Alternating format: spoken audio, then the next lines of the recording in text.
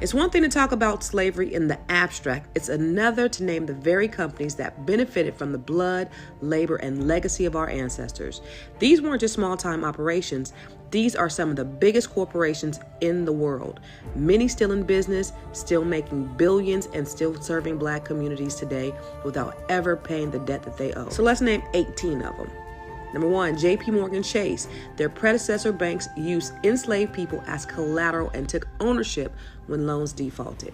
Number 2, Wells Fargo via Wachovia. Wachovia admitted it directly benefited from slavery. Some of its original banks owned human beings. Number 3, Bank of America. Several of its predecessor institutions financed slavery and the slave economy. Number 4, Citibank. Tied to financing the cotton economy, America's most valuable export built entirely on slave labor. Number 5, Barclays, the British multinational that inherited wealth and influence from investments in the slave trade. Number 6, Royal Bank of Scotland.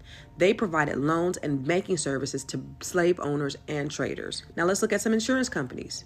Number 7, New York Life, formerly Nautilus Insurance, sold over 500 life insurance policies on enslaved people, payable not to their families, but to the slave owners. Number 8, AIG, through acquired firms, sold insurance on enslaved Africans. Number 9, Lloyd's of London, one of the earliest insurer of slave ships and enslaved people during the transatlantic slave trade. Now let's look at some elite universities. Number 10, Harvard University, benefited from donations and endowment funded by slavery. Number 11, Yale University, built wealth through donors, trustees, and faculty involved in slavery. Number 12, Princeton University, educated the sons of wealthy Southern slaveholders and supported slavery ideologically. Number 13, Georgetown University, sold 272 enslaved people in 1838 to pay off debt and recently began effort towards reparation.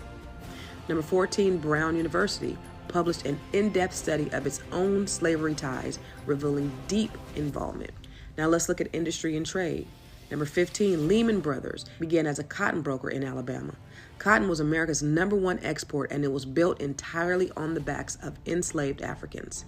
Number 16, CSX Corporation, admitted to using enslaved labor to build its southern railroads. Number 17, Norfolk Southern Railway, also built its infrastructure with the forced labor of enslaved people. Number 18, Canadian National Railway.